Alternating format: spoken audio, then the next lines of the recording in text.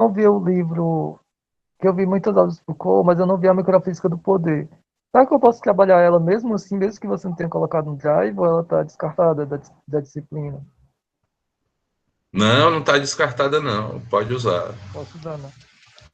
Pode usar. Eu realmente não coloquei no Drive porque eu me esqueci. Tranquilo, professor. Mas pode acrescentar lá. Depois eu vou, se eu me lembrar, eu coloco lá no Drive também.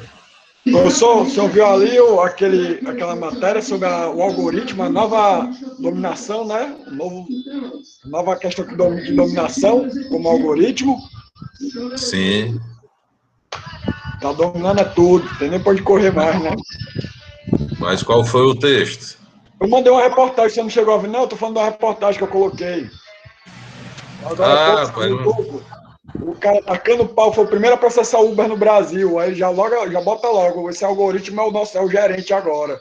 Ele não para, 24 horas ligado e vigia a gente o tempo todo. As novas formas de dominação, né?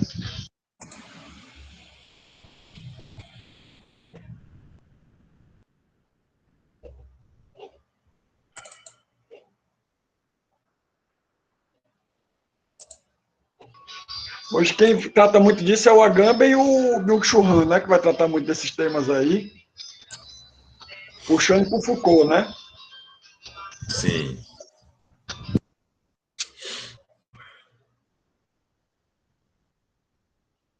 Eu até escrevi um texto sobre esse tema aí, há um tempo atrás.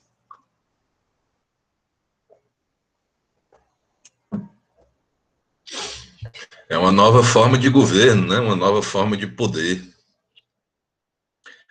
que se utiliza dos algoritmos para governar o comportamento das pessoas.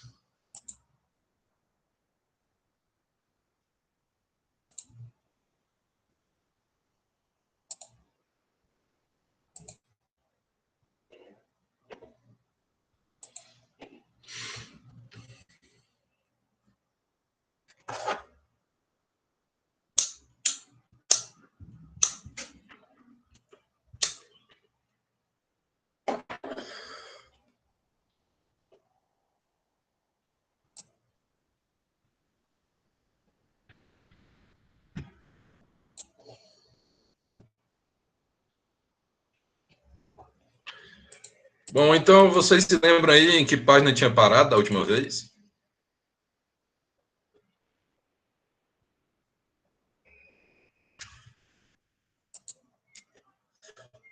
Acho que foi na 27, professor. 27? Foi aí mesmo. Certo.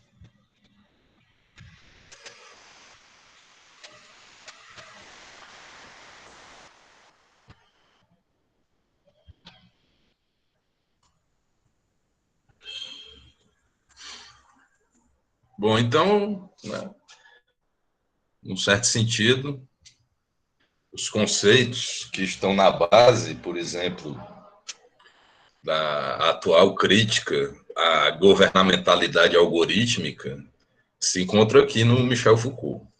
Né? É claro que você tem hoje em dia pessoas abordando essa questão, né? A questão das tecnologias digitais e o uso delas com fins políticos. Essa questão vem sendo abordada de diferentes perspectivas, com diferentes abordagens, né? Mas uma delas é exatamente essa abordagem aí, né? Que é uma abordagem inspirada no pensamento de Foucault e de Deleuze. Em particular, na genealogia do poder e na história da governamentalidade de Foucault. Né? Existe uma autora belga que desenvolve um trabalho de ponta nesse sentido, que é a Antoinette Bourgeois.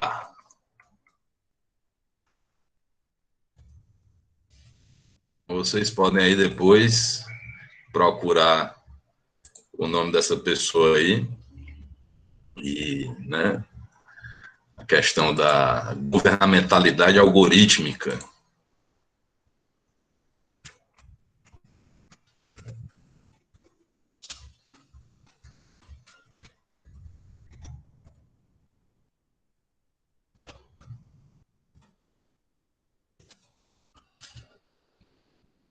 né, que o trabalho dessa autora aí é muito bom, é um trabalho de ponta. Talvez seja ela quem desenvolve o trabalho mais avançado nesse sentido hoje em dia no mundo.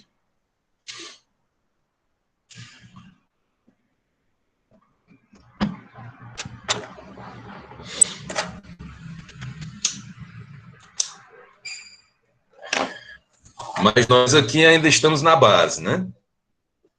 Ainda estamos vendo as noções fundamentais que permitem, inclusive, esse tipo de análise, né? Então, na página 27 aí do texto, o autor diz o seguinte: guardadas algumas diferenças, parte desse apanhado que fiz até aqui almejou seguir de retrospecto crítico avaliativo realizado por Foucault na atmosfera intelectual e política na qual, e sob o efeito da qual, ele desenvolveu suas próprias pesquisas genealógicas.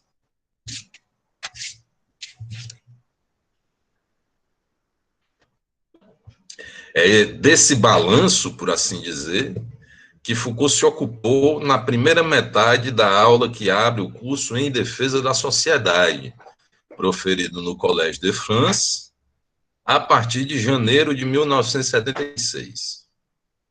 Então, tem esse curso aí, né, que se chama Em Defesa da Sociedade, e a aula inicial desse curso é uma aula fundamental para compreender o que é a genealogia, enquanto método, né, para compreender os conceitos gerais, né, de uma genealogia do poder, o que são as pesquisas genealógicas, né.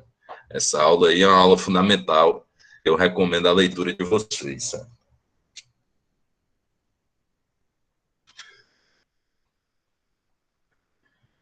Todavia, nessa mesma aula, de 7 de janeiro, tendo chegado a esse ponto, Foucault se indaga sobre o destino dessas pesquisas genealógicas, dessa insurreição de saberes sujeitados. Então, a gente viu, né, que existem, né,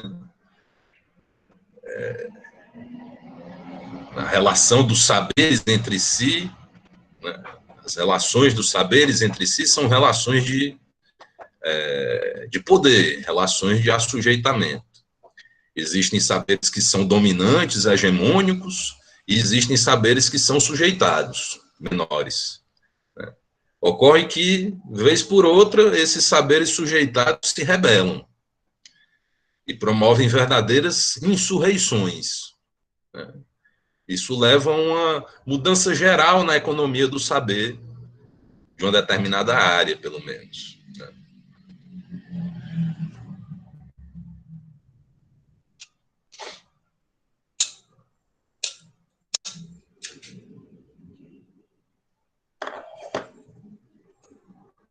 A gente pode dar como exemplo, né, o movimento antipsiquiátrico. Ou seja, você tinha uma psiquiatria tradicional, consolidada, forte, conservadora, que defendia os internamentos psiquiátricos. E aí você tinha uma série de psiquiatras menores, digamos assim, né, psiquiatras dissidentes, né, que produziam um outro saber, uma outra psiquiatria, né, outras abordagens diversas, né, que eram menores, né, que eram subjugadas. Mas, num determinado momento, houve uma insurreição desses saberes subjugados, né, acerca da loucura, e isso mudou muita coisa. Né. Isso mudou, basicamente, a maneira como são tratados hoje, né, os loucos.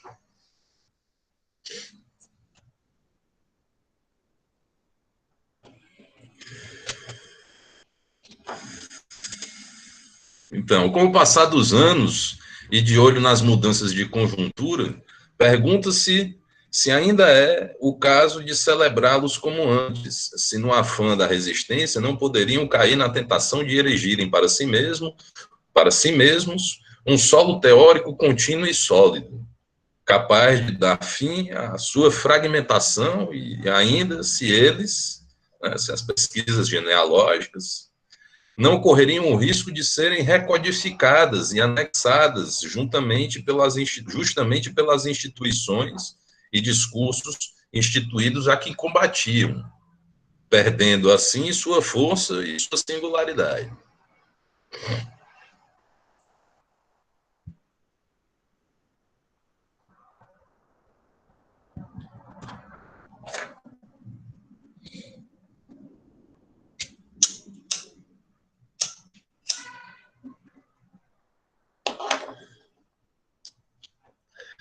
Uma das características de certos dispositivos de poder é exatamente a capacidade que eles têm de endogenizar as críticas.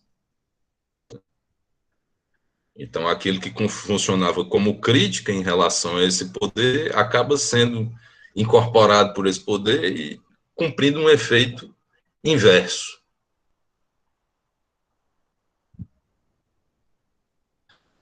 Veja, por exemplo, a maneira como a Rede Globo se apropriou de todo esse discurso da diferença, né? Todo esse discurso das identidades, né? Todo esse discurso, né, das minorias, do negro, do homossexual, do índio. Né? Ela vem se apropriando de tudo isso, tá entendendo? Ou seja, é uma forma de poder que não vai barrar esses discursos. É uma forma de poder que não vai impedir ou reprimir que esses discursos sejam feitos. É uma forma de poder que absorve esses discursos e dá a eles um novo significado. Talvez o exemplo mais evidente disso seja a capacidade que o capitalismo adquiriu no contexto da Guerra Fria, né, por exemplo, de absorver certos ícones anticapitalistas e transformá-los em mercadorias. Então, na época da Guerra Fria, por exemplo, enquanto lá na União Soviética havia censura, você não podia ter imagens do Tio Sam, não podia ter imagem do super-homem, né? Não podia vender gibi do super-homem na União Soviética, né? Porque havia uma censura em torno disso, isso era considerado propaganda capitalista. Do outro lado do mundo, nos Estados Unidos, né? O Che Guevara, ícone da luta anticapitalista, né? A imagem dele, aquela icônica imagem do Che Guevara, no lugar dessa imagem ser proibida, censurada, ela era impressa em camisetas e vendida, que eram vendidas em liquidação. Né? Ou seja, o processo de neutralização da potência revolucionária que o Che Guevara tinha consistia na sua transformação em mercadoria. E, em grande parte, a gente pode dizer que a Rede Globo faz exatamente isso, né? Incorporando, né?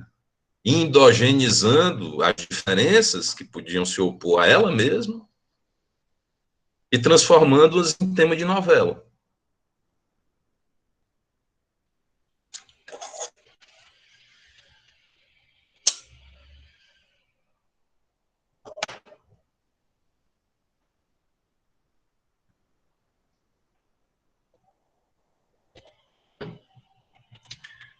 Assim, depois que aqueles dois rapazes do Big Brother se beijaram lá, naquela cena que todos recordam, né? Era o Gil e o outro era o outro eu não me lembro o meu nome. O que saiu logo no começo. Depois daquele beijo ali, qual é a potência contestadora, tá entendendo? Que esse tipo de gesto pode ainda ter, né?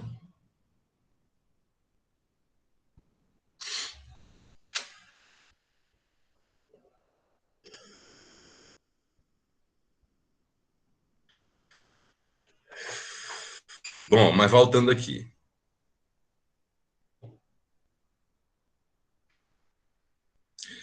Sem que tivesse em mente esvaziá-los ou minimizá-los, Foucault ponderava, no entanto, que, pelo menos no que lhe dizia respeito, o prosseguimento substancial dessas lutas demandava uma análise minuciosa daquilo de que é mais importante nelas, daquilo que de mais importante nelas estava em jogo, ou seja, o poder.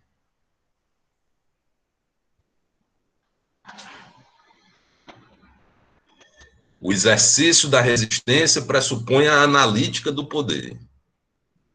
Se você não entende o problema, você não tem como resolver.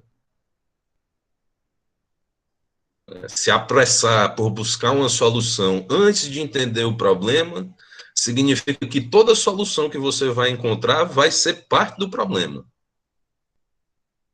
E não vai resolvê-lo. Então, o primeiro passo, né, é esse passo no sentido de fazer uma análise, de fazer uma descrição, de fazer uma explicação do funcionamento das estruturas de poder, para, a partir daí, a gente saber como a gente pode intervir. Mais especificamente, precisava Foucault, fazia-se necessário avaliar até que ponto e como, e em que termos a análise do poder poderia ser deduzida da economia. Então, qual é o problema aí? É possível eu deduzir, né, a problemática do poder da problemática econômica? Né? É possível explicar as relações de poder com base nas relações econômicas? Será que as relações econômicas fornecem um modelo a partir do qual eu posso pensar as relações de poder? Será que esse modelo é suficiente? Será que esse modelo efetivamente dá conta, explica o funcionamento das relações de poder? É essa a questão que ele está levantando aí. Aí ele diz, o que está em jogo em todas essas genealogias, vocês sabem, mal tenho necessidade de precisar, é isto.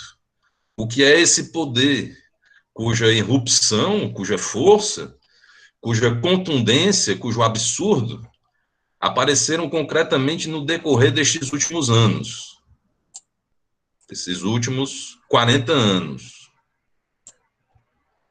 Ao mesmo tempo na linha de desmoronamento do nazismo e na linha de recuo do stalinismo.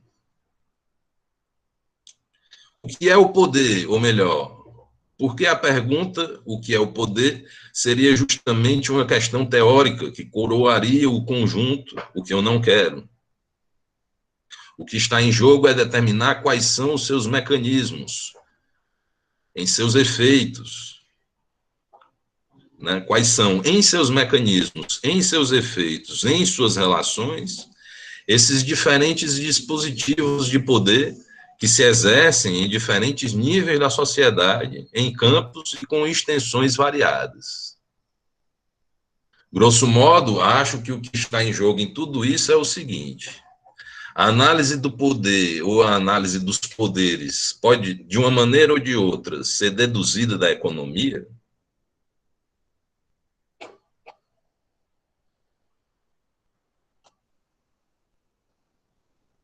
Então, nessa passagem aí, ele diz o quê, né? O que está em jogo é o poder. Mas quando você fala o poder, você está falando uma coisa muito abstrata, tá entendendo? É um conceito muito geral. Ele também não gosta da ideia de que o que é o poder seria a única questão da genealogia.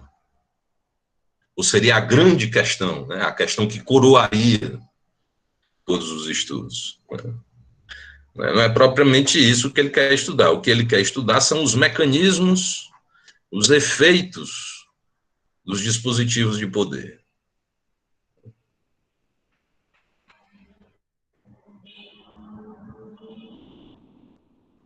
E aí ele pergunta, será que o funcionamento desses mecanismos pode ser deduzido a partir da economia?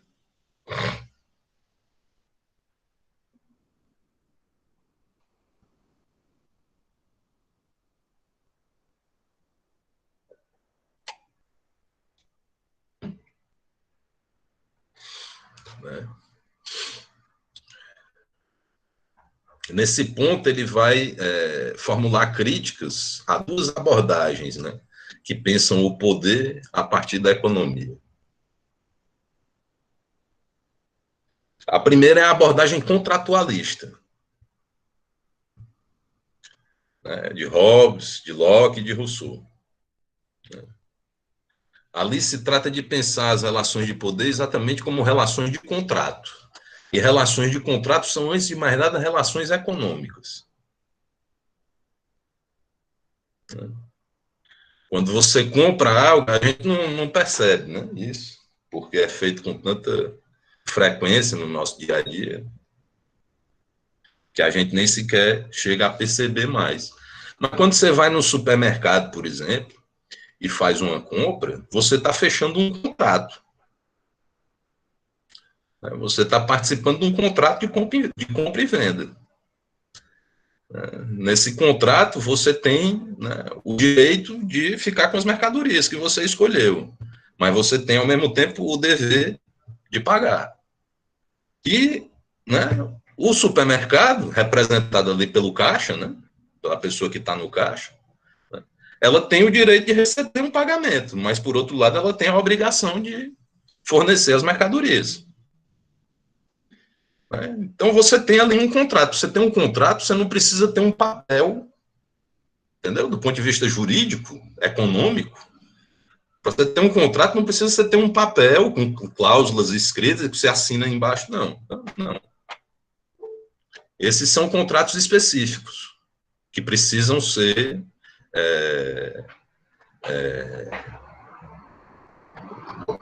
firmados, né, em papel, em um documento.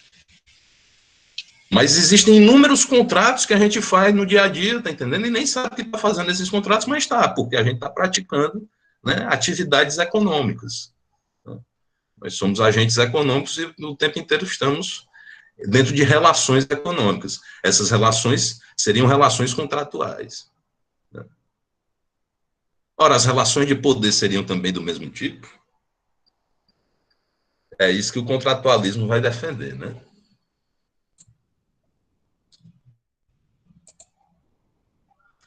Mas o Jonas estava querendo dizer aqui, estava querendo fazer aqui uma pergunta. Diga aí, Jonas.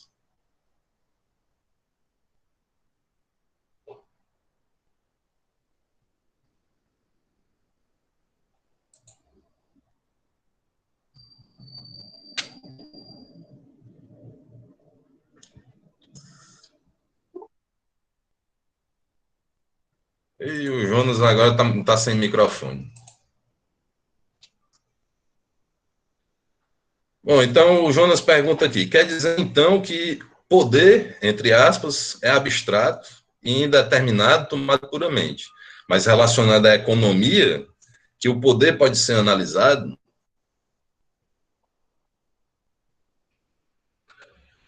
Quer dizer, se você considera o conceito de poder isoladamente, né, vamos falar do poder, vamos fazer uma análise do poder, né? Esse conceito, o poder, é o que Foucault chama de um universal abstrato.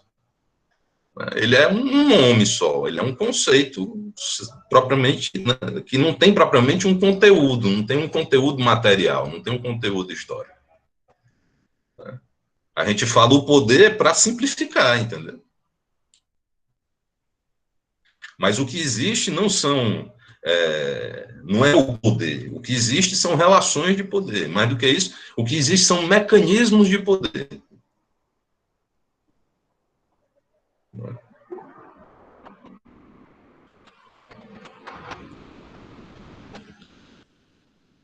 O que existe são mecanismos de poder, né?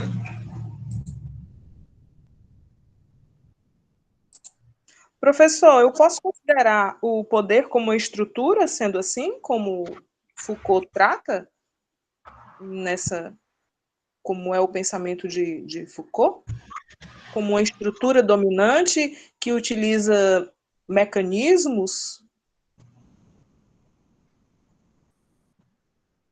Ele não falaria de estrutura, não, sabe?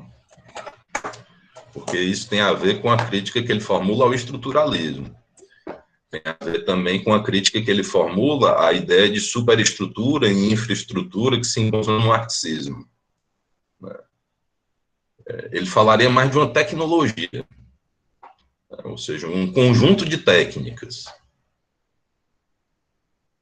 E essas técnicas, elas põem em ação certos mecanismos que visam o quê? Que visam, sobretudo, a produção de sujeitos.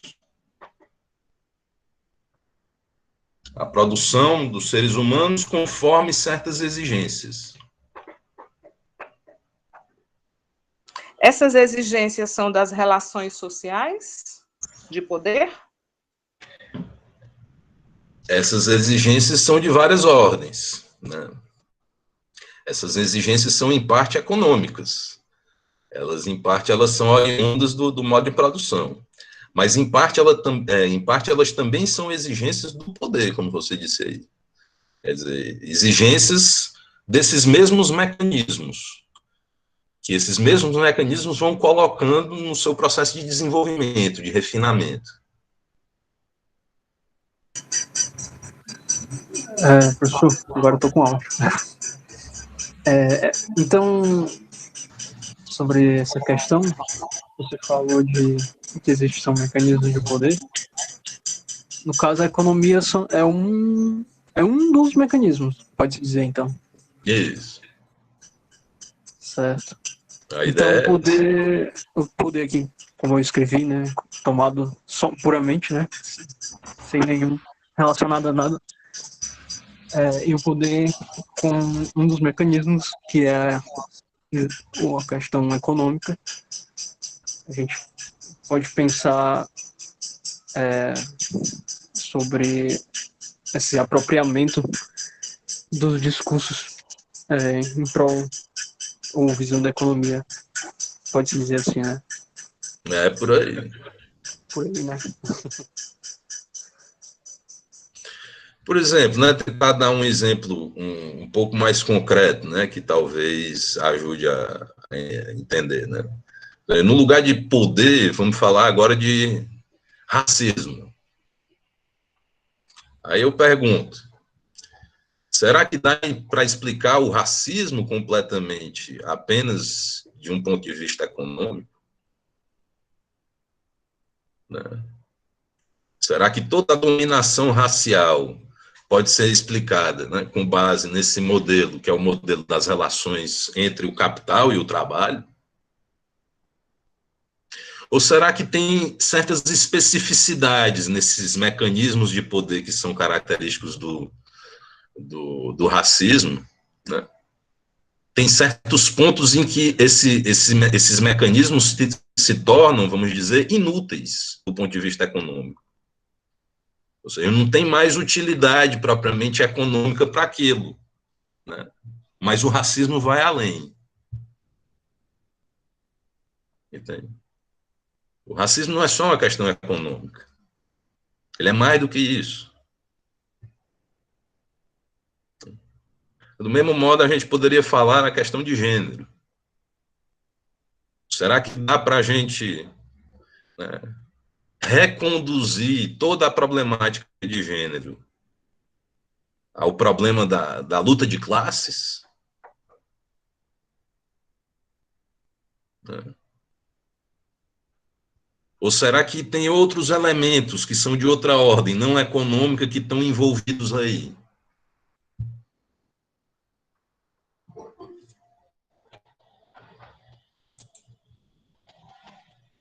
Né? Quer dizer, a disputa entre gays e héteros é uma disputa econômica? Claro, existe um elemento econômico envolvido aí, mas me parece que existem vários outros, né?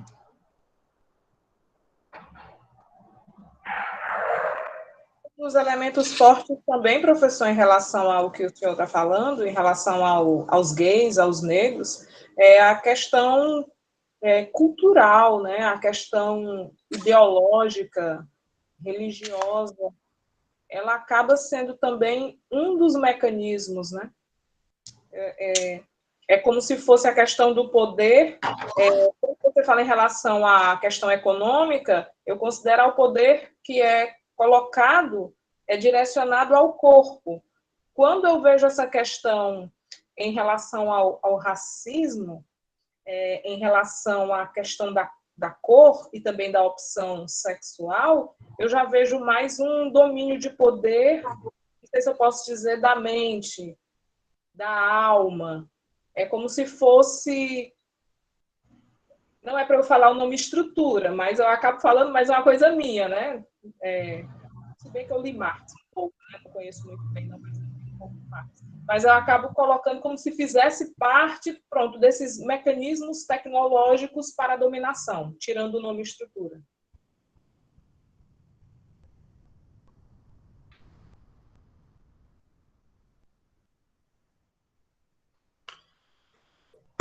O problema da noção de estrutura está em se pensar que haja uma estrutura única. Né? Então, você pode perfeitamente falar de estruturas. O que não é uma estrutura essencial das relações de poder. Entende?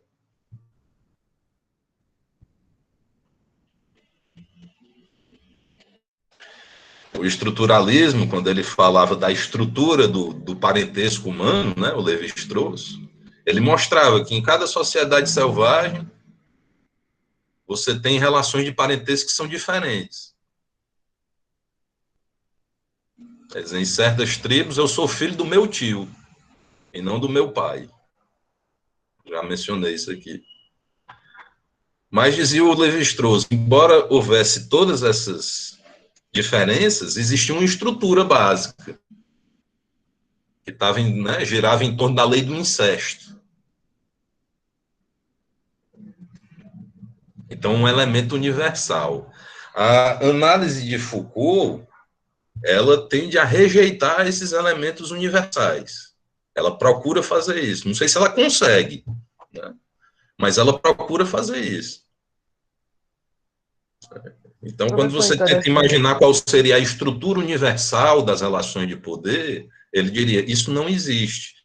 É a mesma coisa que eu estava dizendo agora há pouco, não existe o poder. O que existe são poderes, são mecanismos de poder, são dispositivos de poder, são relações de poder múltiplas, singulares. Professor? Diga aí, Jackson. Interessante. Eu estava vendo aqui, né, as relações, tipo, poder, as suas relações. E eu lembrei do Levinas, né, que ele coloca a ética do outro, né, a relação do eu com o outro, né? E ele chega a admitir que o outro não passa de desejo, né? É um desejo seu querer ser o outro ou querer agradar o outro, né? Essa ética. Mas ele não passa de desejo, é apenas desejo. Então, né, é interessante porque, de repente, se eu tenho um pai pastor, se eu tenho um pai advogado, eu querer ser igual a ele, não vai passar de um desejo infantil da minha parte, né? Isso de acordo com Levinas. Mas aí, colocando em questão o Deleuze, né, isso quer dizer muito bem aquela questão que ele trata das máquinas desejantes, né? Nós somos máquinas desejantes por conta, botando Levinas agora, por conta de nós queremos ser igual ao outro, que está muito distante de nós. Mas nós temos essa tendência, que ele sempre está igual ao outro, que ele pertencia a uma genealogia X, uma genealogia que nós escolhemos, né, professor? Me compreende? Sim, perfeitamente. Aí eu diria que o poder, né? O poder, na verdade, né, pode ser também será que ele não é um desejo assim, das relações, né? Desejo que nasce das relações, né? Pois é. Será que as relações desejantes, né, só formulando de uma maneira um pouco diferente aí o que você colocou, será que as relações desejantes, elas se reduzem às relações econômicas? Pois então. Uma das coisas que Freud dizia ele falava da polimorfia das pulsões. na pluralidade de alvos que as pulsões têm, entendeu? Ou seja, da capacidade que o ser humano tem de desejar milhões de coisas diferentes. Entendeu?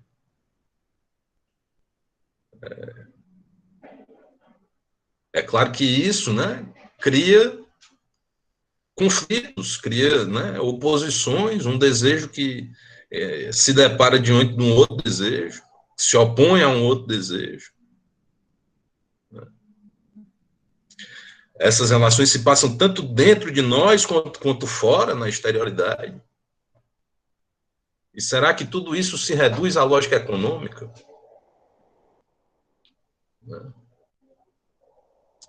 Então, com isso, de fato, ele está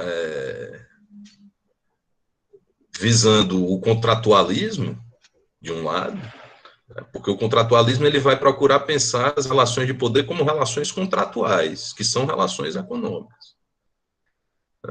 Mas ele visa também o marxismo,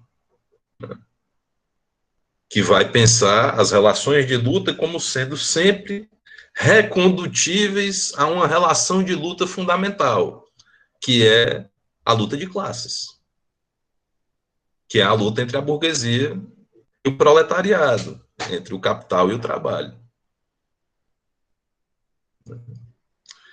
Quer dizer, Foucault não está dizendo aqui que isso não exista e que não se deva lutar essa luta. Não é isso, não. Mas, ao mesmo tempo, ele está dizendo que essa não é a única luta a ser lutada. Existem várias outras lutas, entendeu?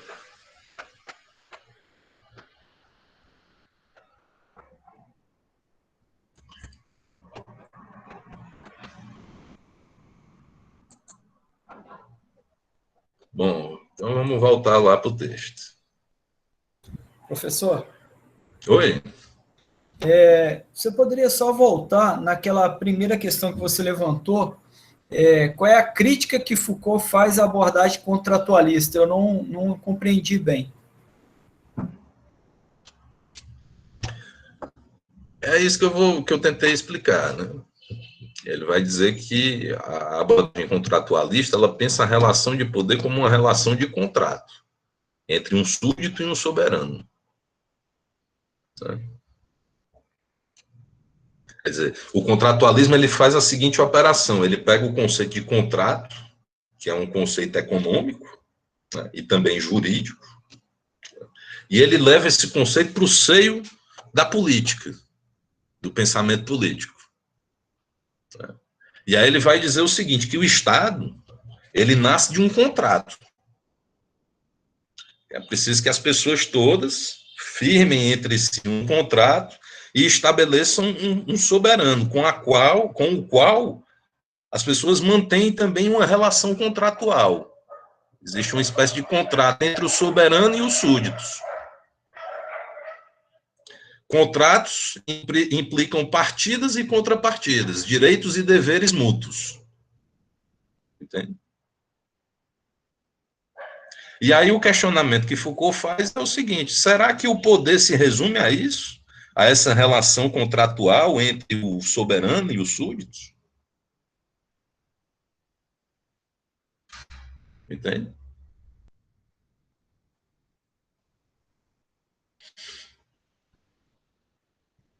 É essa a problematização que ele vai fazer do contratualismo. Será que o contratualismo é uma teoria boa para explicar o que são as relações de poder? Aí ele vai dizer não. Por quê? Porque o contratualismo, primeiro, ele entende que a relação de poder é uma relação de contrato, e nem sempre ele é. E, segundo lugar, o contratualismo só consegue pensar a relação de poder como sendo a relação entre um soberano e um súdito. E nem todo tipo de relação de poder é desse tipo. Então, o contratualismo é insuficiente. Coisa parecida ele vai dizer também com relação ao marxismo. O marxismo pensa toda a relação de poder a partir do modelo da luta de classes. Será que esse modelo é suficiente? Ele dá conta de todas as relações de poder? Ele permite explicar, por exemplo, a relação que se estabelece no hospital entre o médico e o paciente?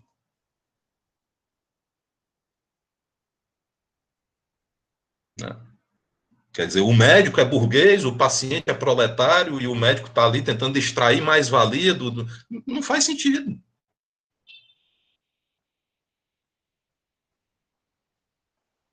Você tem que fazer um malabarismo intelectual grande, tá entendendo? Para poder usar a lógica da luta de classes para explicar a relação medical, a relação de poder medical.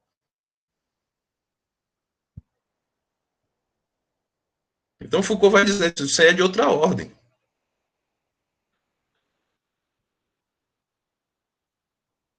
E o processo de subjetivação que deriva dessa relação de poder medical, ele responde a exigências que são de ordem econômica, mas ele responde também a outras exigências que são de ordem medical. Quem define é a medicina. Como é que o sujeito deve se comportar? Tá entendendo?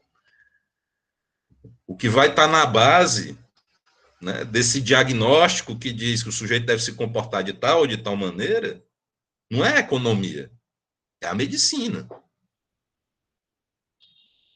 Então, nesse caso aí, são exigências médicas. São, né? O processo de produção da subjetividade responde a exigências médicas, assim como responde também a exigências econômicas, a exigências de outros tipos.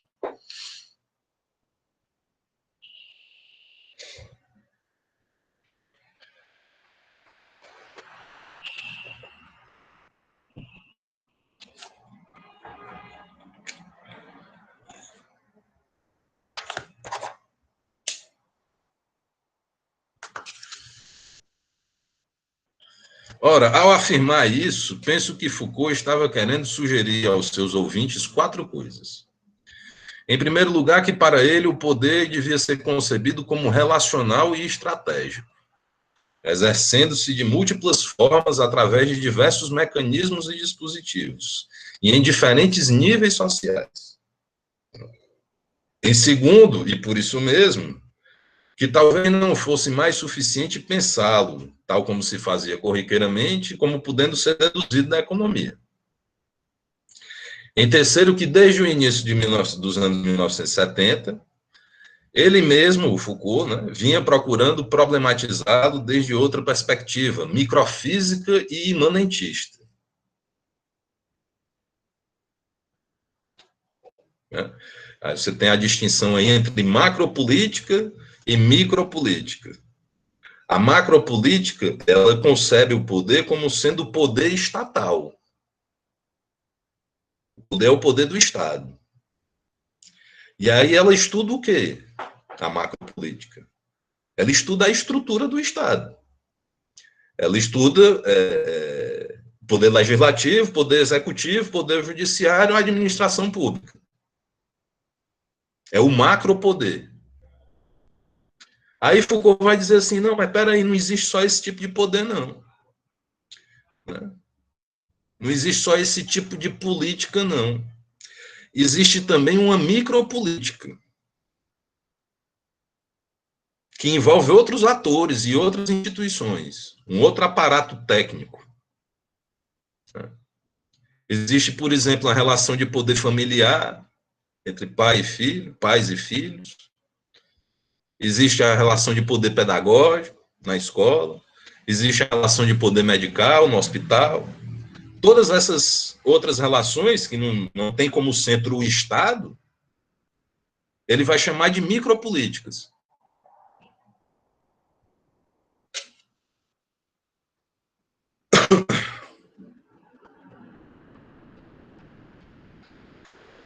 Em quarto lugar, por fim,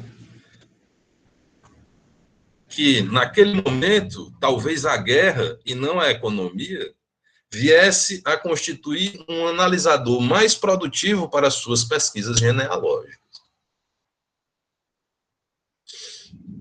Então, uma coisa importante que vai se colocar nesse curso aí,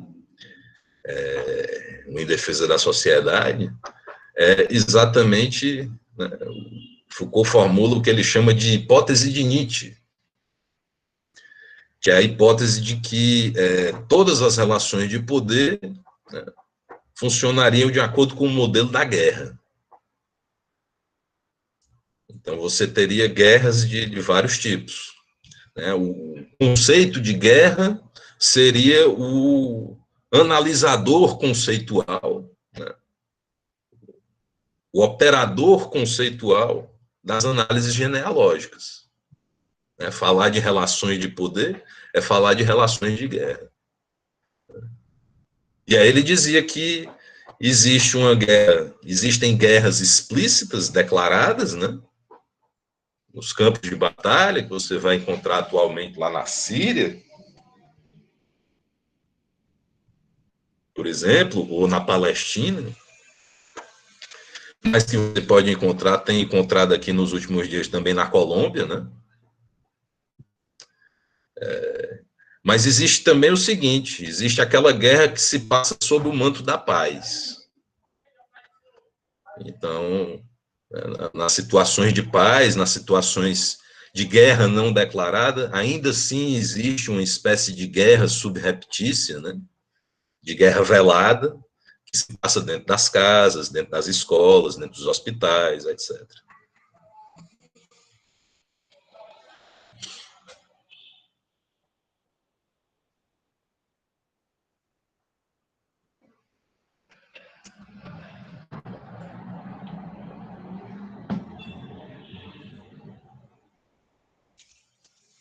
Foucault, nesse contexto aí, vai inverter o famoso aforismo de Clausewitz.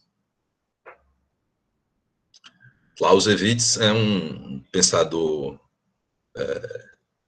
do campo das relações internacionais, né, e dos estudos sobre a guerra, né, em particular, que ele vai estabelecer um princípio, né? Ele vai dizer que a guerra é a política continuada por outros meios. Né? O que a guerra deve ser isso. A guerra deve ser a política continuada por outros meios. Então, você tenta resolver as coisas politicamente primeiro, diplomaticamente, né? Amigavelmente. Se não houver outra possibilidade, aí você faz a guerra. Os estados entram em guerra. Mas essas guerras, elas têm também, devem obedecer a certas regras diplomáticas. Né? Elas devem se manter guerras políticas, quer dizer, não pode ser a guerra mais absurda de todas, né, sem limite algum. Ela tem que ser uma guerra, né, que se mantém dentro de certos limites, dentro de certas regras.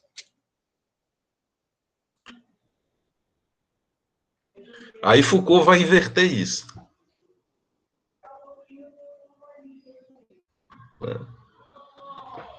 O outro dizia, a guerra é a política continuada por outros meios. Foucault vai dizer, a política é a guerra continuada por outros meios. A política é a guerra continuada por outros meios. Quer dizer, quando se acabam as guerras e se faz a paz, né, as guerras se tornam política.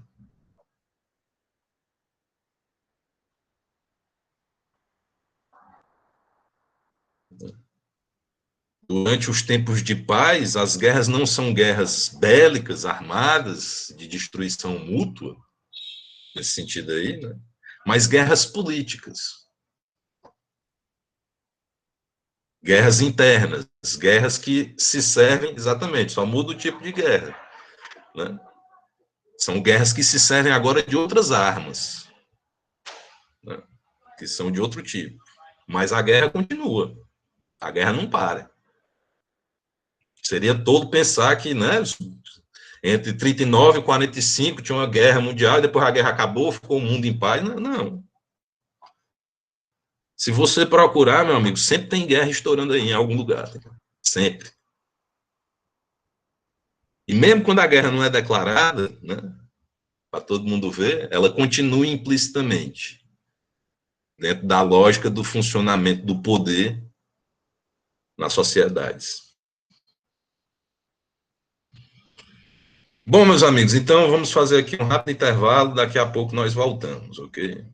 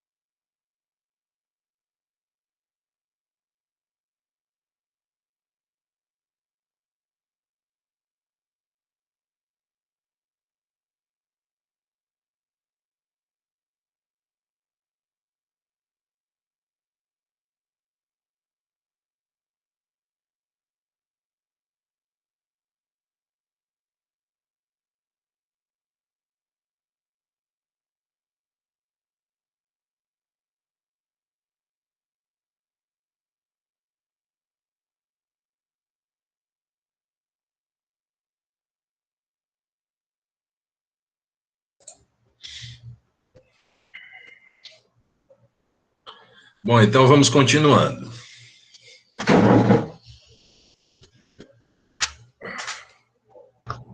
Professor, vou fazer uma pergunta. Então, Diga posso lá. dizer que o poder ele só se dá onde se existem relações? Se eu tenho relação com algo, eu tenho poder. Se eu posso ter a relação, vai existir a relação como a relação contratual, a relação econômica, o poder se dá em relações. Seria isso? É isso aí. Estava atrás desse ponto comum a tudo, que é o que estava tentando raciocinar aqui.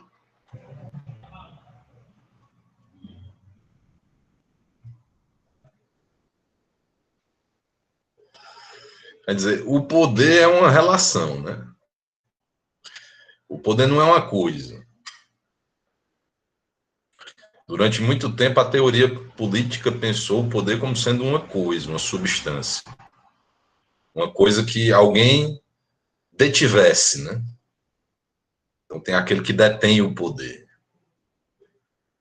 Alguma coisa que se pudesse tomar. E aí tem a ideia da tomada do poder.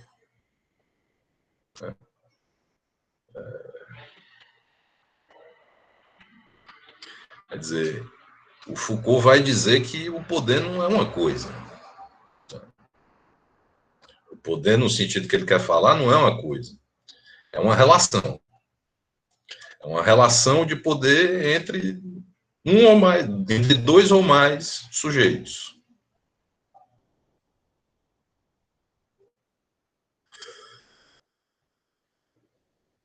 O poder não é o cetro do poder, entende?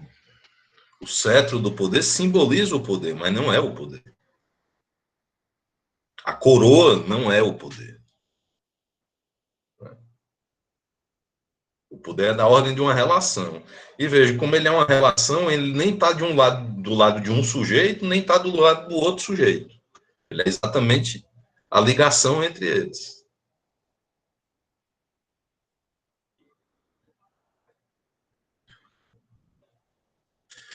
Numa relação de poder, ambos os polos exercem poder e resistência de parte a parte.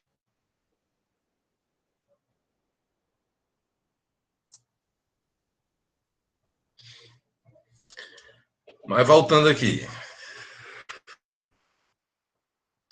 Então, falando da guerra, né? Esse último ponto leva Foucault a explorar e desenvolver diretamente o problema do biopoder e da biopolítica. Tanto nesse mesmo curso, em sua última aula, de 17 de março. Né?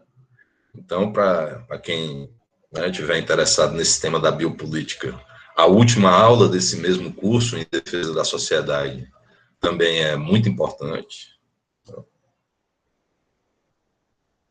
E ele tratará desse tema do biopoder também nos cursos que ele proferirá nos 2 anos seguintes no Collège de France, que são o Segurança, Território e População e o Nascimento da Biopolítica.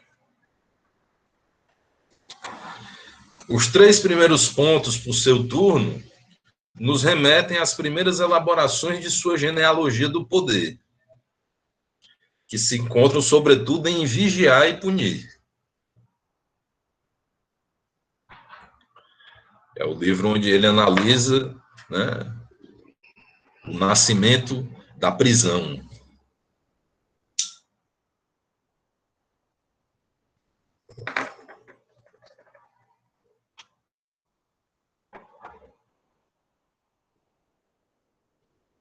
Bom, mas tanto essas análises do poder disciplinar, né, quanto da biopolítica, né, se encontram estreitamente ligadas. E é por isso mesmo que o autor se servirá neste capítulo e no próximo da exposição das formulações iniciais sobre o poder, de Foucault sobre o poder, para só então, no capítulo 3, abordar propriamente o biopoder e a biopolítica. Então, continuamos aqui estudando, né, aspectos gerais da concepção Foucaultiana de poder. Né? Começa aí a nova sessão. A genealogia Foucaultiana, poder disciplinar e panoptismo. Então, vamos falar desse primeiro tipo de biopoder, né? Que é o poder disciplinar, a disciplina. O que significa exatamente para Foucault indagar se é possível e ou viável deduzir da economia a análise do poder ou as análises do poder. Quais os elementos decisivos que essa indagação envolve e o que ela coloca em jogo para o trabalho do cartógrafo das relações de poder. Essas indagações são cruciais para entendermos como e em que sentido as formulações de Foucault vão se distanciando cada vez mais das tradicionais análises do poder, realizadas pela ciência política, sejam elas de caráter liberal, sejam elas socialistas.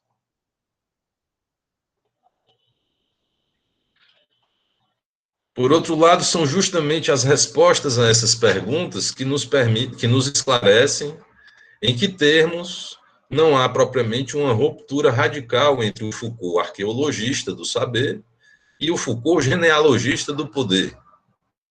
Ou, como aponta Alfredo Veiga Neto, seguindo Murray, entre o que seriam os dois primeiros eixos e ou domínios ontológicos das pesquisas desenvolvidas por Foucault, até aquele momento, o saber, o ser saber e o ser poder.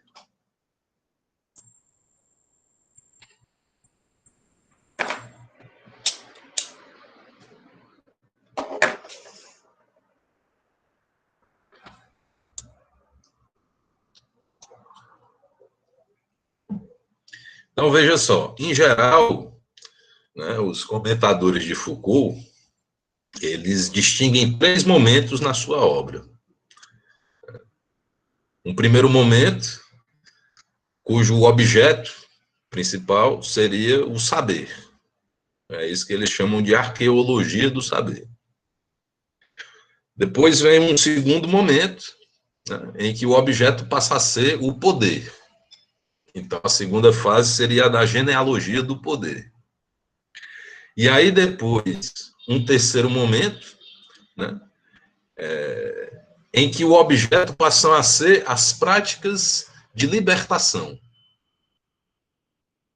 as práticas de autogoverno e de cuidado de si. Então, é esse momento, os comentadores dão o nome, em geral, de ética.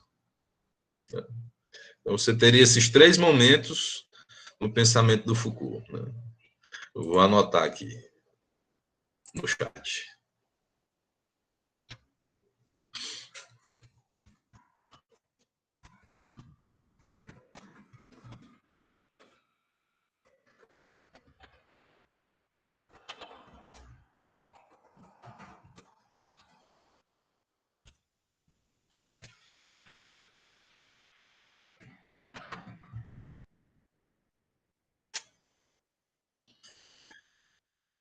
Então, seriam essas as três partes, né, em que se dividem a obra de Foucault. Mas aqui o nosso autor ele está observando o seguinte, né, que, na verdade, né, esses 2 primeiros momentos aí, né, o da arqueologia do saber e o da genealogia do poder, entre esses 2 não existe propriamente uma ruptura radical. Né? Exatamente porque o segundo Foucault não vai pensar apenas o poder, mas a relação entre o poder e o saber. Mais rigorosamente falando, a genealogia não é apenas uma genealogia do poder, mas uma genealogia do poder saber. Então, mais rigorosamente ainda falando, a gente deveria falar não de genealogia ou de arqueologia, mas de uma arqueogenealogia do poder saber. Uma maneira de misturar tudo, entende?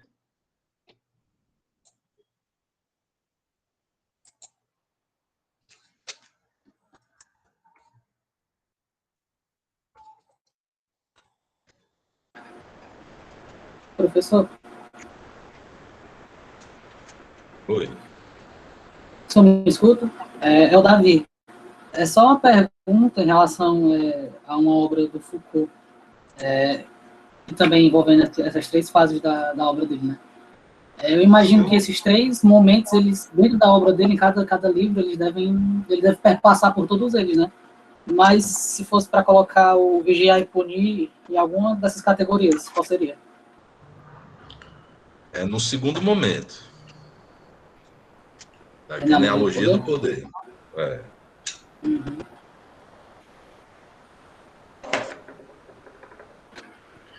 Porque se você quiser observar, né, mais de perto, o primeiro Foucault, ele escreve obras, né, que tem como objeto, em primeiro lugar, o saber mesmo.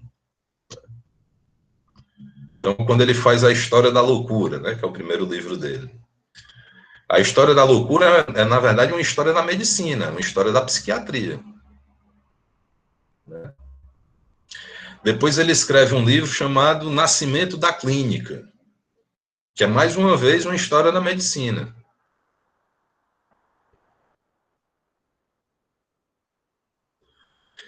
É exatamente por ter se interessado, né, em analisar diferentes formas de saber, notadamente aí no começo da trajetória dele, saberes médicos, mas é por isso que depois ele vai se interessar por fazer o projeto das palavras e as coisas. Entende? Que é uma arqueologia, é o que ele chama de arqueologia das ciências humanas. Ou seja, o objetivo dele não é mais estudar especificamente, né, a medicina, mas trabalhar com vários saberes ao mesmo tempo. Por isso a obra adquire as proporções que adquire. E lá ele trata, né, da biologia, ele trata da economia e ele trata da linguística, fundamentalmente esses 3 saberes.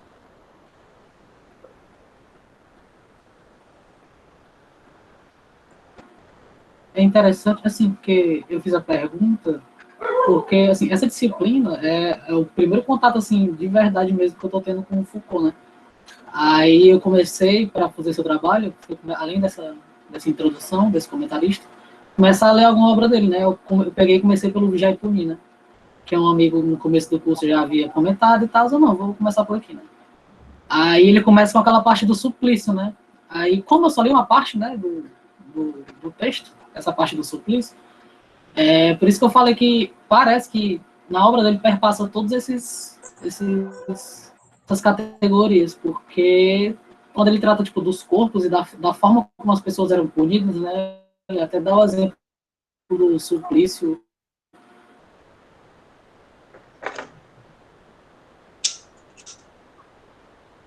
Lá que estraçalham um corpo todo, aí eu pensei que tinha alguma coisa a ver com a ética do sujeito.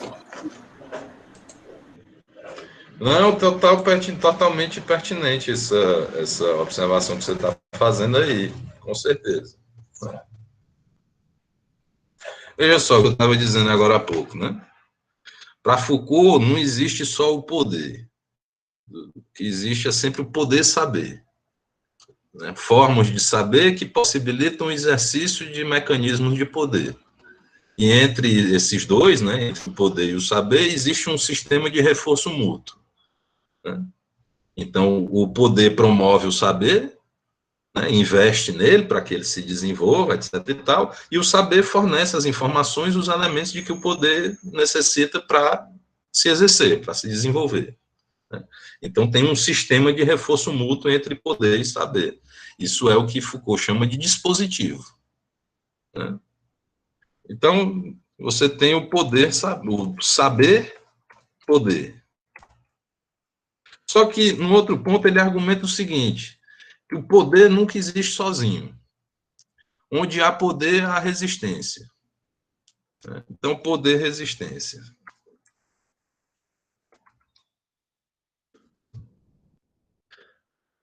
Se você tomar esses 3 juntos, aí, num certo sentido, você tem o objeto mais geral das considerações de Foucault, entende? O que ele estuda são as relações entre poder e saber, né? Os complexos de relações entre poder e saber, e as formas como isso produz poder e resistência, né? Como se instauram processos de dominação e como esses que são alvos desses processos resistem a isso, né? Tudo isso ele vai estudando. E aí, em tudo isso, você tem uma dimensão arqueológica ou epistemológica, se você quiser, você tem uma dimensão genealógica ou política, se você quiser, e você tem uma dimensão ética, né? Então, totalmente pertinente aí, Davi, a observação que você estava fazendo agora há pouco.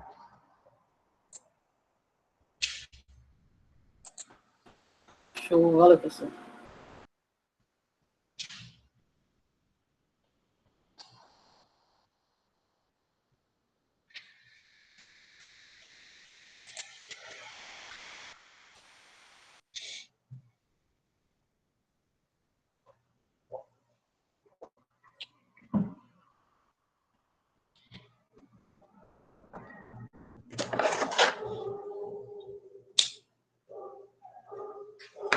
Então, eu falava agora há pouco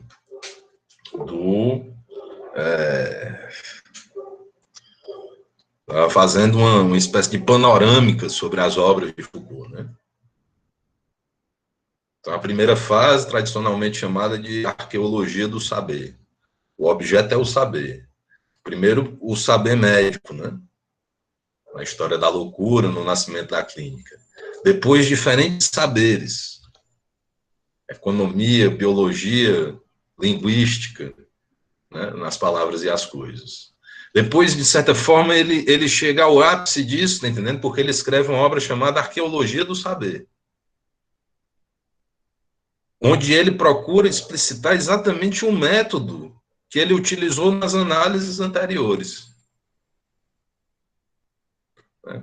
É a obra mais epistemológica do Foucault, né? É uma espécie de saber sobre o saber. Não se trata de um saber sobre a biologia, sobre a economia, sobre a medicina. Agora é um saber sobre o próprio saber, né? Então, inclusive, talvez essa seja a obra mais difícil, né? De mais difícil compreensão do Foucault. Mas depois de dar esse passo, que é, num certo sentido, um passo transcendental, ou seja, Foucault se aproxima de uma epistemologia, Foucault se aproxima de uma maneira de pensar que é kantiana, né? Nesse sentido aí, no sentido da razão teórica, né? Uma maneira de pensar que, num certo sentido, é habermasiana, né? É a maneira de pensar da pragmática transcendental, né? Da pragmática universal, né? Enfim, ele simplesmente recusa dar desenvolvimento a essa discussão. E aí, quando ele retorna, tem uma interrupção no processo de produção das obras, e quando ele retorna com uma obra completamente diferente, com um objeto que é completamente diferente, que é a prisão, né? Então, ele escolhe o objeto político o mais inflamável possível, né? Ele pega exatamente, ele diz assim, eu não vou falar do saber, eu vou falar do mundo, né? Eu vou falar das coisas, eu vou falar das relações de poder, vou falar na realidade, eu não vou ficar nesse metadiscurso, né? Que fica falando da própria linguagem. Não vou ficar nisso. Eu vou falar da própria realidade. E essa realidade é o quê? São relações de poder. Agora, eu só tenho como pensar essas relações de poder se eu pensar esse poder em sua relação com as formas de saber que surgem a cada época. Porque poder e saber se reforçam mutuamente. Aí ele escreve o Vigiar e Punir, que é a grande obra sobre o poder disciplinar, sobre a disciplina, né? E depois ele escreve vários cursos que tratam, num certo sentido, da biopolítica.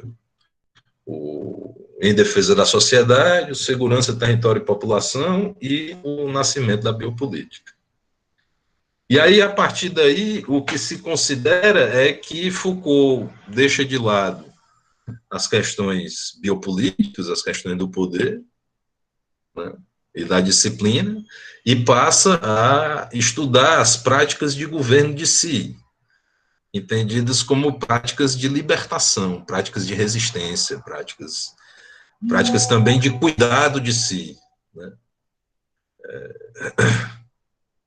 Então, nesse terceiro momento aí, ele mudaria novamente, faria um novo deslocamento, né, da sua demarche, do seu procedimento de pesquisa, e passaria a estudar exatamente esse lado da ética, né, os processos de singularização e tal. Agora, como disse bem o Davi aí, essa distinção, né, esse esquema aí que eu acabei de passar para vocês, é muito esquemático, né? Ele é uma coisa mais didática do que efetiva, né? O que você vai perceber, né, se você for ler os textos de Foucault, é que os três aspectos vão estar presentes ao longo de toda a obra, né? E, sobretudo, que o Foucault da terceira fase não deixa de lado as questões do poder, né? Essa é uma leitura muito errada que se faz muitas vezes, né? Foucault, né, o Foucault da terceira fase, o Foucault da ética, não deixa de lado completamente as questões biopolíticas, nem muito menos as questões do poder.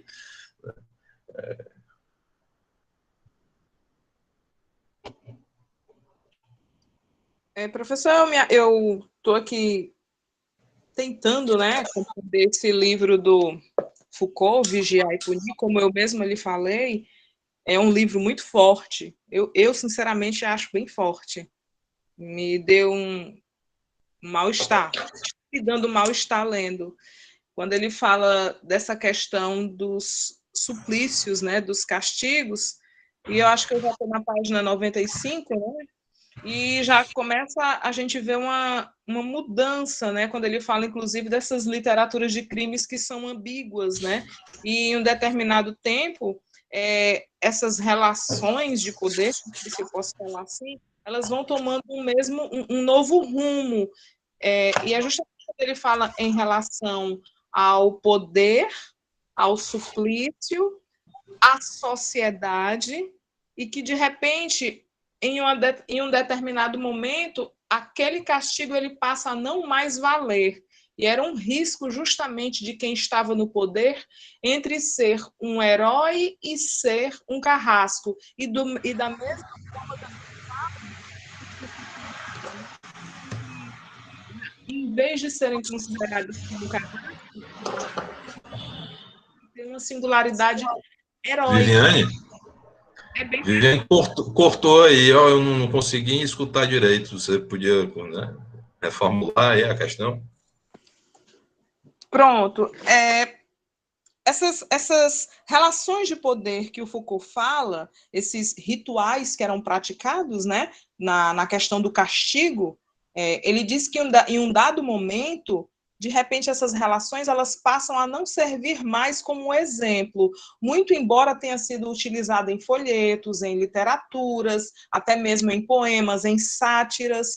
Ele diz que há um dado momento que o poder ele perde esse determinado valor e o rei, por exemplo, que era determinado como um herói para salvar o povo e o guardar, de repente passa a ser o carrasco. Assim mesmo como o próprio carrasco, que era quem vingava, né, o assassinato de alguém, de repente também passava a ser uma pessoa ruim.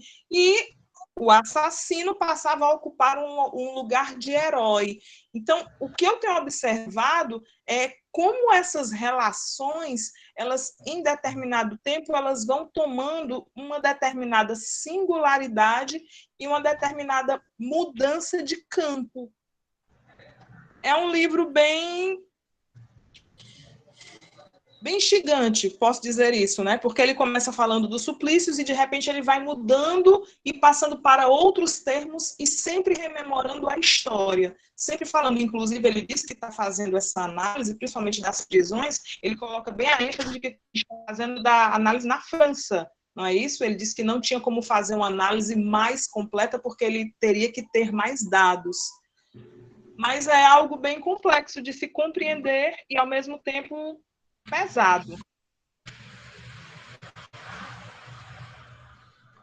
Você tocou num ponto aí que é interessante, né, que o Foucault menciona, quando ele fala dos suplícios, que era muitas vezes o que acabava acontecendo, né, o tiro saía pela culatra, né, Isso, justamente, ele fala isso. porque o soberano queria exatamente que a população odiasse, né, fazia todo aquele espetáculo, punha o condenado lá em praça pública, no cadafalso, as pessoas todas vinham, e o que ele esperava era que, né, o que o poder esperava era que o condenado fosse completamente execrado, né? As pessoas jogassem os tomates, uns alface em cima deles e tal, né? E Uma o que eu acho humilhação pública. Isso, o que eu achei interessante é que em um determinado momento, que fala que as relações de poder que pretendia, no caso, fazer aquele ritual, de repente os reformadores, os reformadores penais, eles pediam a supressão desses folhetins e, ao mesmo tempo, eles estavam vendo que aquele castigo não estava mais servindo. Então, eles tinham que passar para o plano B. Então, a gente vai vendo que é como se fosse assim, um quebra-cabeça que ele não tem as mesmas peças para ficar no mesmo local. É isso que eu achei bem abstrato, tá entendendo?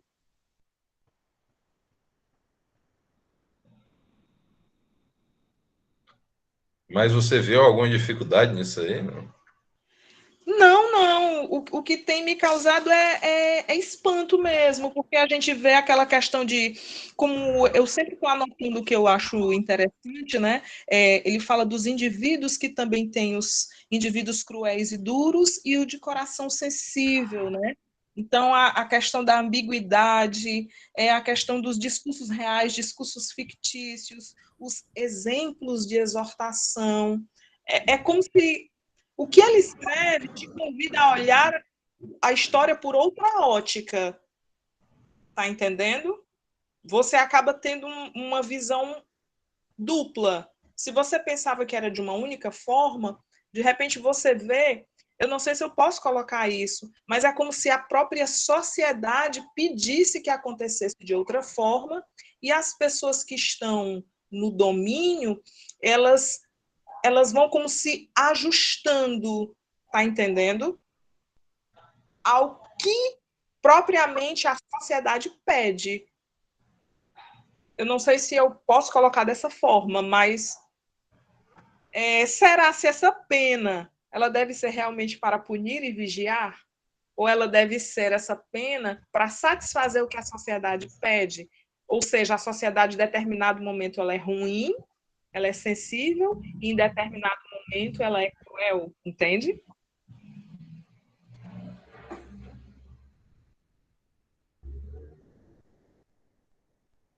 Eu estava mencionando esse momento aí, né, em que o sujeito era conduzido ao cadafalso e para ser humilhado publicamente. Pelo menos era isso que se esperava, era isso que o poder esperava que fosse acontecer. Só que o que acontecia muitas vezes era que muitos desses condenados mostravam uma resistência inesperada. Então, no lugar de se dobrar e de se humilhar, eles ficavam lá, endureciam, continuavam, né, não pediam perdão. Né, e isso fazia com que a população, no lugar de ter ódio deles, começasse a se identificar com eles, quer dizer, o que começava a se estabelecer ali era um processo de resistência contra o próprio poder. Ou seja, o resultado era o inverso do que se esperava. Era um tiro que saía pela culatra. Tem um filme que mostra isso muito bem, né, que é o Coração Selvagem, com o Mel Gibson.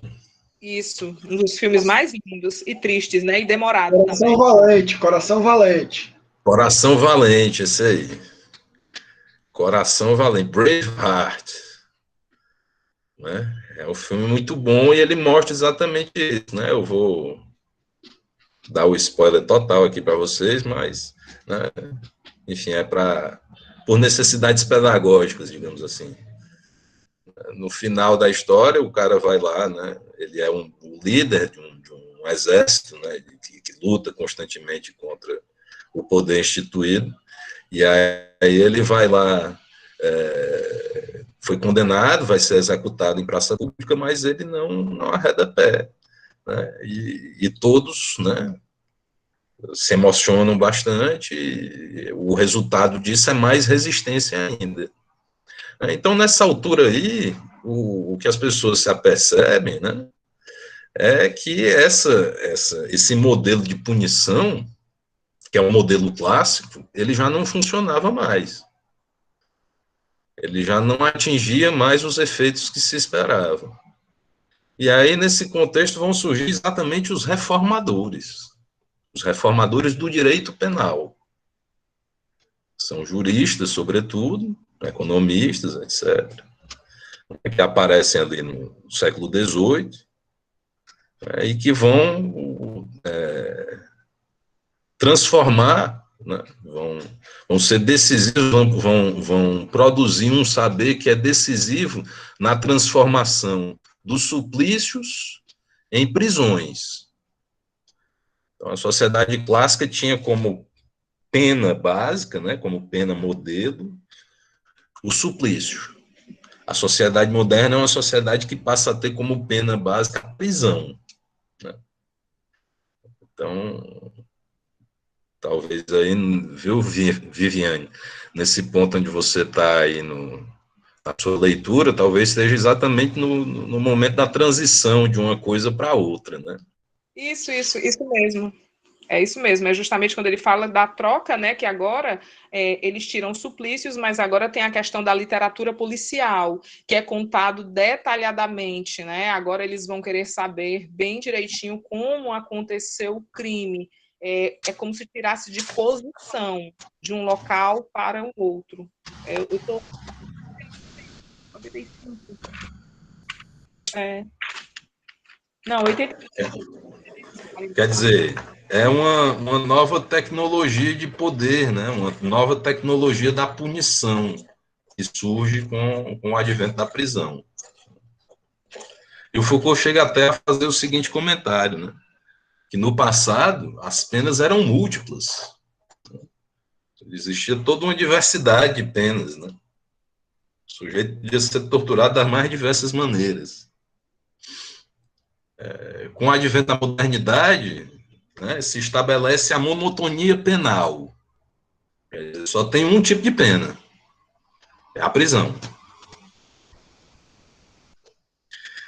E aí é interessante porque no momento em que nós vivemos agora, nós estamos no mesmo impasse, né, a que se chegou no final da Idade Clássica. Esse modelo de punição baseado na prisão, ele dá mostras de que não funciona há muito tempo. Quer dizer, a sociedade precisa, né, de uma nova tecnologia da punição. Que tecnologia será essa, eu não sei, né?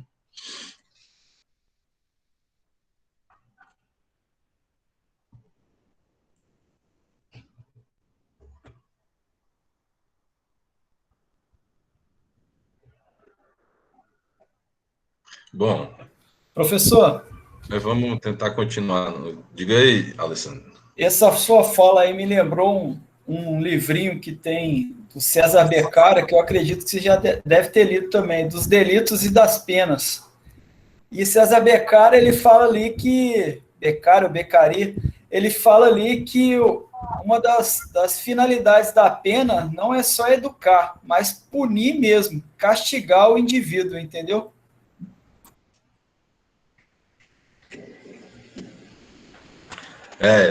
Esse livro aí é clássico. Cesare Beccaria é o principal dos reformadores do direito penal.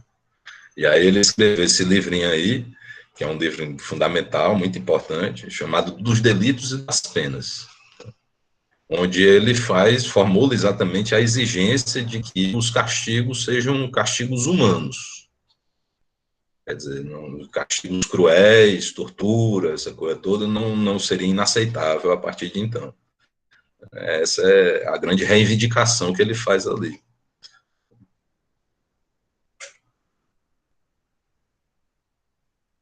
Agora, é curioso, professor, que por mais que nós saibamos, né, que, de certa forma, a punição, o castigo, não sei se eu posso colocar assim, ela deve ser humana, mas vira e mexe, a gente acaba descobrindo ainda na televisão, ou em alguma reportagem, em alguma mídia social, quando as pessoas acabam fazendo justiça com as próprias mãos e elas acabam fazendo algo, digamos assim, uma atrocidade tão grande quanto a atrocidade de propriamente quem cometeu um crime. Ou também, se a gente falar em outros países, posso dizer, como, por exemplo, nos muçulmanos, digamos que uma mulher adúltera, ela ainda deve ser apedrejada até a morte. Então, de certa forma, nós ainda percebemos que essa violência, ela ainda é um lado que eu percebo que é latente em uma parte da sociedade ou em toda a sociedade, só que ela, de certa forma, é controlada. Mas é algo que a gente ainda vê. Por mais que existam leis, de vez em quando essas leis, essas regras, essas normas, elas são quebradas e, digamos que, praticam o que já foi praticado no passado.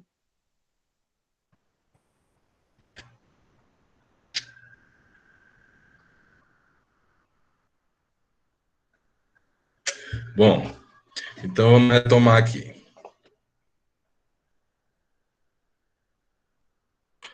Ele diz: contudo, tendo em vista os inúmeros escritos de Foucault a respeito deste último domínio, que é o poder, que vão desde livros, artigos, entrevistas, palestras, intervenções, até suas aulas no Collège de France, e considerando ainda que já dispomos em nossa língua de bons resumos e apanhados críticos sobre diversos tópicos da arqueogenealogia, né?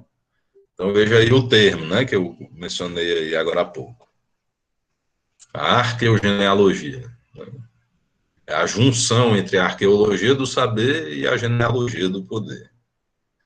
E aí ele menciona aqui uma série de livros que vocês podem, né, utilizar aí como introdução a Foucault, né, se vocês quiserem. É uma excelente seleção, né, de introduções a Foucault.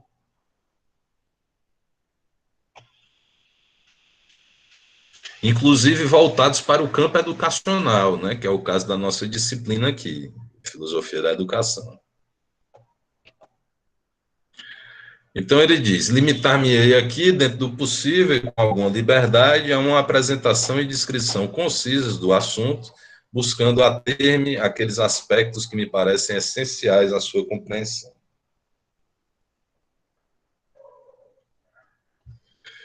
Pois bem, em se tratando da análise do poder político, afirma Foucault, haveria um ponto comum entre, de um lado, as concepções jurídico-políticas liberais e, de outro, certa concepção marxista. Esse elemento seria a tendência de ambos a analisar o poder sob um prisma economicista.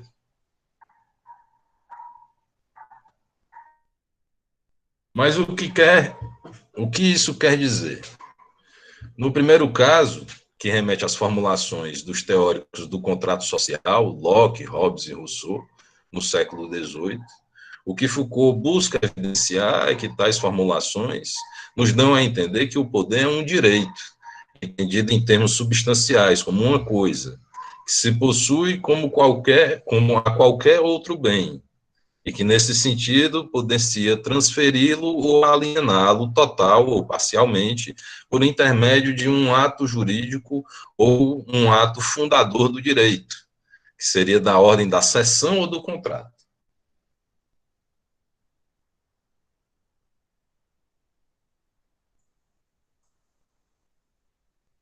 Estes, por sua vez, teriam por objetivo constituir uma soberania política.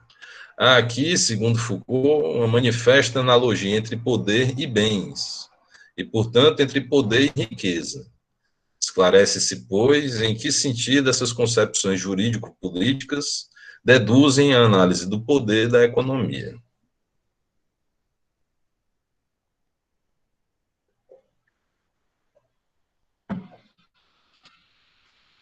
né? Então, o argumento que ele usa aqui para explicar a crítica de Foucault ao contratualismo é diferente do que eu usei. Né?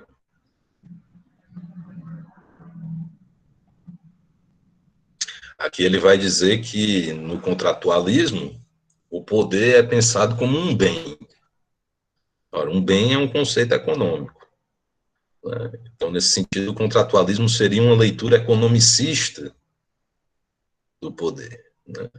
Mas você pode argumentar também, como eu argumentei aqui agora há pouco, né? No sentido de dizer que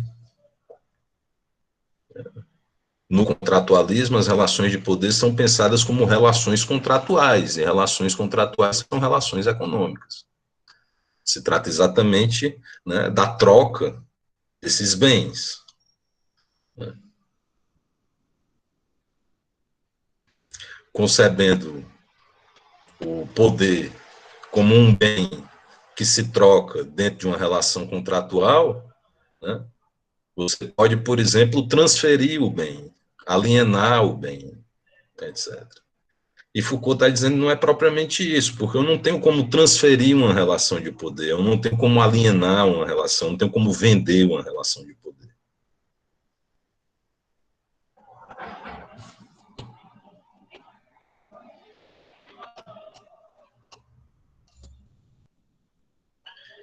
Já no caso do que seria uma concepção marxista, então agora a crítica de Foucault, né, desse ponto de vista mais geral da teoria do poder, a concepção marxista, ao marxismo.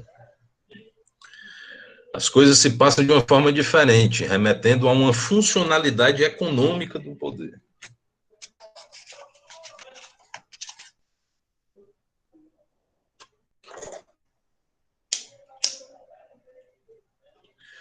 Funcionalidade econômica, diz Foucault, na medida em que o papel essencial do poder seria manter relações de produção e, ao mesmo tempo, reconduzir uma dominação de classe que o desenvolvimento e as modalidades próprias da apropriação das forças produtivas tornaram possível. Neste caso, o poder político encontraria na economia sua razão de ser histórica. Quer dizer, o poder seria uma função da economia, uma funcionalidade da economia, um instrumento da economia. As economias, né, as relações econômicas funcionam aqui, né, para se desenvolverem, elas exigem que o poder seja acionado.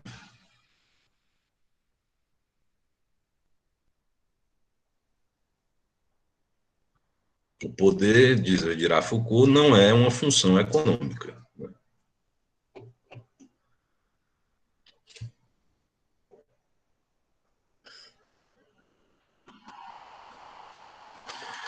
Ora, indaga Foucault, será mesmo que a economia é sempre primeira em face do poder? Este tem de ser necessariamente finalizado ou funcionalizado por ela? E diversamente, mas somente em termos, será realmente adequado tomar o poder como algo que se modela pela mercadoria? Como quer certo marxismo? Como Foucault buscou escapar a esse dilema? Não se tratava, obviamente, de minimizar ou negar a efetiva participação da economia no problema. Nosso filósofo permanecia atento a Marx a seu modo. Não se trata de negar a economia, de dizer que a economia não existe, não é isso.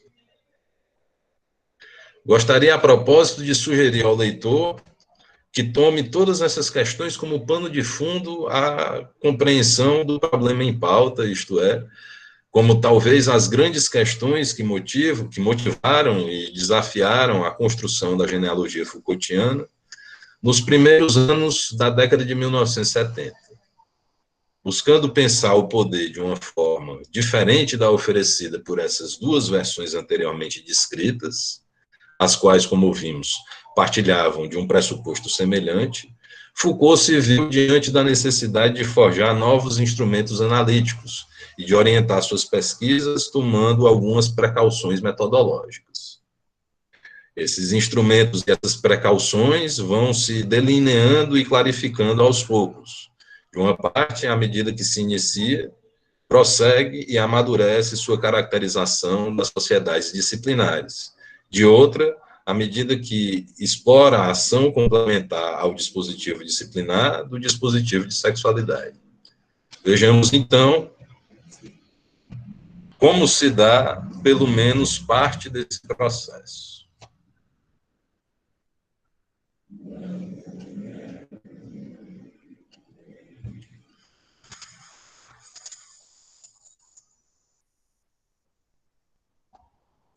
No memorial que preparou para ingressar como professor no Collège de France, em concorrência com Paul Ricoeur e Yvon Delaval, os outros dois postulantes, após apresentar resumidamente seus trabalhos anteriores, Foucault propõe o tema de pesquisa de que pretendia ocupar-se, saber da hereditariedade.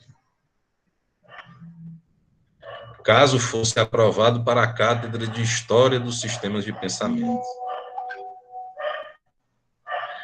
Curiosamente, todavia, depois de ganhar a disputa, já em 1971, desvia seu interesse para outro objeto de pesquisa, a prisão. Sua dedicação a esse tema coincide com um momento em que a dimensão política de seu pensamento se transmuta, chegando Foucault, inclusive, a engajar-se ativamente em lutas sociais, a exemplo daquela encetada pelo Grupo de Informações sobre as Prisões, GIP, criado por ele mesmo em 8 de fevereiro de 1971.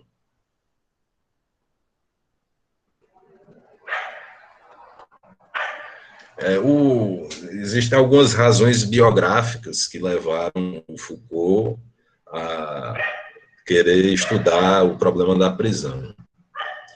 A primeira é que o Daniel Defer, que era também se não me engano, é um sociólogo, ele era companheiro do Foucault. Né? E ele era argelino. Na época existia exatamente a guerra de independência da Argélia.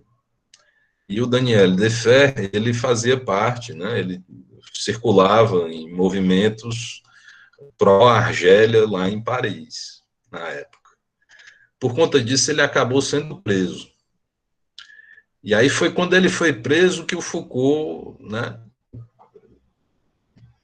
pela primeira vez, passou a ver e a considerar, a ter atenção para o problema da prisão, por conta de uma razão que, na verdade, é bastante pessoal, inclusive, né?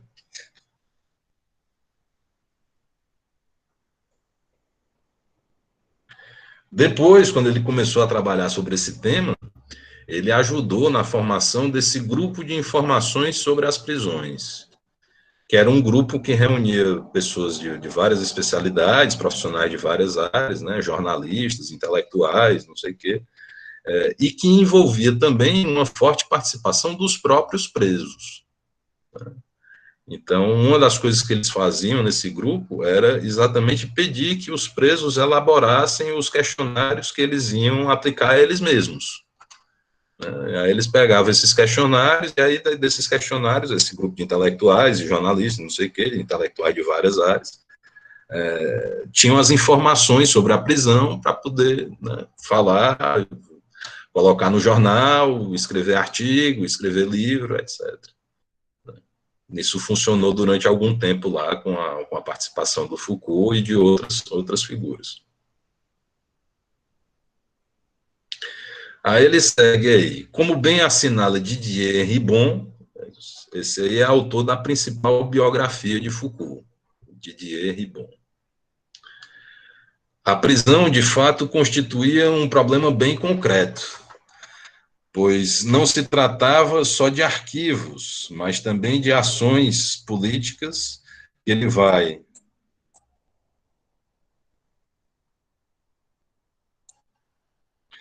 vai empreender, né, em ligação direta com os movimentos sociais que hão de virar o sistema penitenciário. Com efeito, não era para menos. Foucault irá mostrar que a delinquência é fabricada pelas prisões, que nelas funciona uma surpreendente gestão dos ilegalismos, e que, uma vez que se tenha passado por elas, era praticamente impossível para lá não retornar. É aquela coisa, né?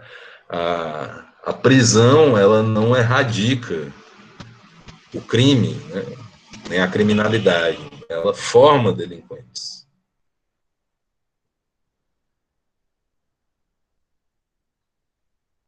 No sentido análogo, ele dizia antes, né, que o hospital não cura, mas produz loucos. Né? Professor, o pessoal lê um negócio desse e já fica pensando, rapaz, será que o PCC está lendo isso aí? Porque o principal canto que eles pegam para os associados, né, para assim dizer, é dentro das prisões, né? Hoje a prisão é onde ele agrega mais associados a eles, né? Que hoje em dia é uma associação do PCC. É isso aí. Aí ele diz: seus cursos, assim, encaminham-se na direção do estudo de questões de justiça e de direito penal, assim como na perspectiva de uma história das relações entre a psiquiatria e a justiça penal. Em 1975, por fim, é lançado Vigiar e Punir, livro monumental, que tinha por objetivo tentar estudar a metamorfose dos sistemas punitivos, exatamente essa passagem, né, do suplício à prisão, a partir de uma tecnologia política do corpo, onde se poderia ler uma história comum das relações de poder e das relações de objeto. De maneira que, pela análise da suavidade penal como técnica de poder, veja só, a suavidade penal, né? A partir de Beccaria se inicia um processo de suavização das penas, né? De humanização das penas. E aí é exatamente isso que ele quer analisar, né? Essas penas mais suaves. Poderíamos compreender ao mesmo tempo como o homem, a alma, o indivíduo normal ou anormal vieram fazer a dublagem do crime como objetos de intervenção penal. E de que maneira um modo específico de sujeição pode dar origem ao homem como objeto de saber para um discurso com status científico.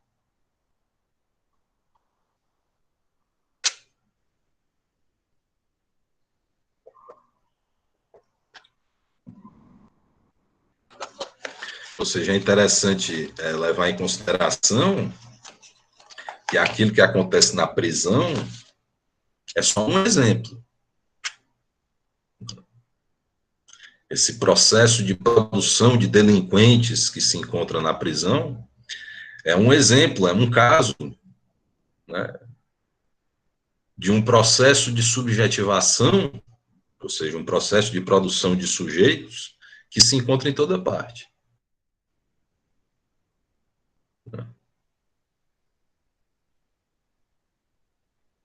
Ou seja, como os homens são produzidos, como as relações de poder fizeram de nós o que nós somos. Do ponto de vista filosófico, é esse o tipo de questão que as análises do Foucault vão levantar.